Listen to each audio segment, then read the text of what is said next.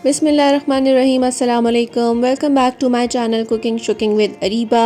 तो जनाब, घर में अगर दावत हो और मज़ेदार से जो है खाने बन रहे हों, अच्छे अच्छे पकवान तैयार हो रहे हों और उसके साथ जो है मीठा ना हो, तो ऐसा तो नहीं हो सकता। तो इसी तरह हमारे घर में जो है वो दावत थी, तो मैंने सोचा कि फटाफट से मीठा भी तैयार कर लिया जाए। बाहर का मीठा क्या मंगवाना है, तो घर में ही इसको तैयार कर लेते हैं। मज़ेदार सी, लजीज सी, गाढ़ी सी और क्रीमी सी खीर जो है वो मैंने तैयार की है। और इसकी आप गार्निशिंग चेक कर सकते हैं, इसकी लुक कितनी प्यारी आ रही थी। तो जनाब, मैंने सबसे पहले तो जो है वो देगची में दूध चढ़ा दिया, और ये तकरीबन जो है वो 5 से 6 किलो दूध था जो मैंने लिया था। और ये मैंने देगची में डालकर इसको अच्छे से जो है वो बॉईल होने के लिए रख दिया था। तो जनाब, यहाँ पर जो है हमारा दूध बॉईल हो चुका हुआ था, और बड़े ही ध्यान रखना पड़ता है कि दूध जो है वो बाहर ना गिर जाए चूल्हे पर। एक तो ये बहुत बुरी चीज़ होती है कि दूध गिर जाए बाहर, और दूसरा जो चूल्हा आपका मेसी होता है, ओहो। तो दूध जो है हमारे यहाँ पर बॉईल हो गया हुआ था। ये मैंने जो है टोटा चावल जो है 1.5 कप भिगो कर रखा हुआ था। 1.5 कप जो है वो दरमियाने साइज़ वाला कप लेना है आपने, और इसको हमने भिगो कर रखा हुआ था। तो इसको मैंने हाथों से अच्छी तरह जो है वो मसल दिया था, पानी इसका हमने गिरा दिया, और ये जो टोटा चावल थे ये हमने अपने दूध के अंदर शामिल कर दिए हैं। तो इसको अच्छे तरीके से जो है आपने पकने देना है। मैं इसमें कोई भी एक्स्ट्रा चीज़ नहीं शामिल करूँगी, आप देख सकेंगे वीडियो को। बिल्कुल भी मैंने एक चीज़ भी इसमें एक्स्ट्रा नहीं ऐड की, ना कोई खोया ऐड किया है कि ये क्रीमी बन जाए। ये सिर्फ हमारा जो है दूध पक कर जो है बड़ी ही मज़ेदार और क्रीमी लजीज खीर जो है हमारी तैयार हो जाएगी। तो दूध को हम अच्छे से बॉईल करते जा रहे हैं, पकता जा रहा है। चावल भी इसमें शामिल कर दिए हुए हैं। और यहाँ पर जो है जब आप चावल शामिल कर देंगे तो उसके बाद जो है आपने लकड़ी का चम्मच लेना है, जिससे आप मिक्स करते जाएंगे। यहाँ पर जो है लकड़ी का चम्मच ज़रूर यूज़ करना है आपने, दूसरा चम्मच प्लीज़ अवॉइड करें। लकड़ी के चम्मच से आपने इसको मिक्स करते जाना है। बीच में आपने गैप लेकर बैठ जाना है। आप कोई और काम भी अपना साथ साथ कर सकते हैं, किसी चीज़ की मैरिनेशन करनी है, कुछ मिक्स करना है, कुछ और काम करना है, बर्तन धोने हैं, तो वो साथ साथ करते जाएं। और बस इस पर ध्यान रखें।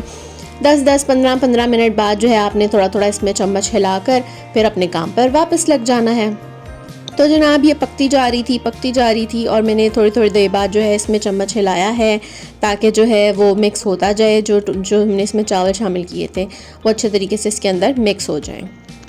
साइड्स पे जैसे लग जाता है तो वो भी आपने साथ साथ जो है वो साफ़ कर करके इसी के अंदर ही मिक्स करते जाना है। इससे बहुत ही क्रीमी फ्लेवर आता है इसका। तो जी, हमारा दूध पकता जा रहा है। आप देख सकते हैं कि दूध काफ़ी ज़्यादा पक चुका है, और कहाँ ऊपर तक देगची में था दूध और काफ़ी जो है वो नीचे चला गया है। अब बारी थी चीनी शामिल करने की, तो मैंने तकरीबन इसमें 1.5 कप जो है वो चीनी का शामिल किया था, लेकिन बाद में मैंने मज़ीद इसमें चीनी शामिल की थी क्योंकि मुझे ये मीठा कम लग रहा था। तो यहाँ पर फ़िलहाल मैंने 1.5 जो है वो कप चीनी का शामिल किया है, और उसको अच्छे तरीके से मिक्स करती जा रही हूँ। अच्छा, आपने याद रखना है कि जब आप चीनी इसके अंदर शामिल कर देंगे उसके बाद आपने इसको लगने नहीं देना। आपने इसके अंदर चम्मच मुसलसल हिलाते जाना है, इसको मिक्स करते जाना है, ताकि आपकी खीर जो है वो नीचे ना लगे। यहाँ पर इस चीज़ की थोड़ी सी एहतियात ज़रूर करनी है।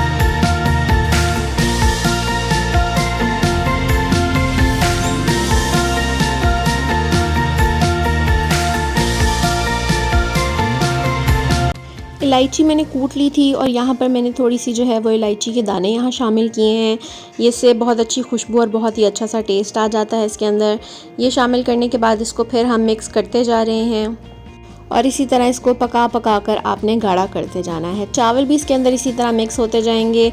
तो तकरीबन 15-20 मिनट बाद हमारे कुछ खीर की इस तरह से जो है वो शक्ल आ गई थी। चावल ऑलमोस्ट इसमें मिक्स हो चुके हुए थे। अब इसके गाढ़े होने का इंतज़ार था ताकि ये गाढ़ा हो जाए। मज़ीद 15-20 मिनट मैंने इसको पकाया था, और उसके बाद हमारी खीर की कुछ शक्ल इस तरह से थी। साथ साथ मैं बाकी काम भी अपने करती जा रही थी। ज़ाहिर बात है, घर पर दावत थी तो बाकी काम भी साथ साथ करने थे। यहाँ पर आप खीर का टेक्सचर देख सकते हैं, कितना अच्छा सा इसका टेक्सचर और क्रीमी सा इसका टेक्सचर आ गया था, और ये पक कर ही सिर्फ इसका टेक्सचर बना है। और इसका कलर भी कितना प्यारा सा आ गया है। कोई इसमें खोया नहीं हमने शामिल किया, कोई एक्स्ट्रा चीज़ हमने इसमें शामिल नहीं किया है। यहाँ पर मैंने बादाम जो है वो बॉईल करके रख लिए थे, पानी में डिप करके रखे हुए थे और उनके बाद उसको छील के इस तरह से स्लाइसेस कर लिए थे और वो इसमें खीर में शामिल किए थे। और ये कुछ बादाम जो है वो मैंने गार्निशिंग के लिए एंड पर संभाल कर रख लिए थे साइड पर।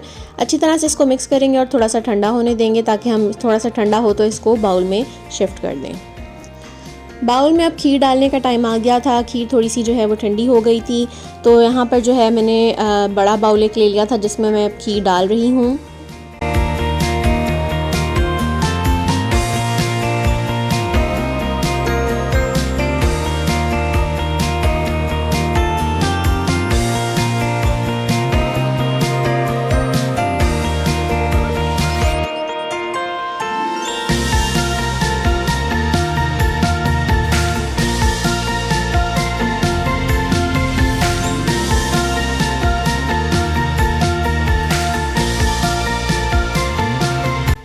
जो बादाम मैंने बचा कर रखे हुए थे वो यहाँ पर मैंने गार्निश कर दिए थे और इस खीर ने जो है मेरी दावत को 4 चांद लगा दिए थे। बहुत ही मज़ेदार, बहुत ही क्रीमी और बहुत ही अच्छा सा इसका टेक्सचर था।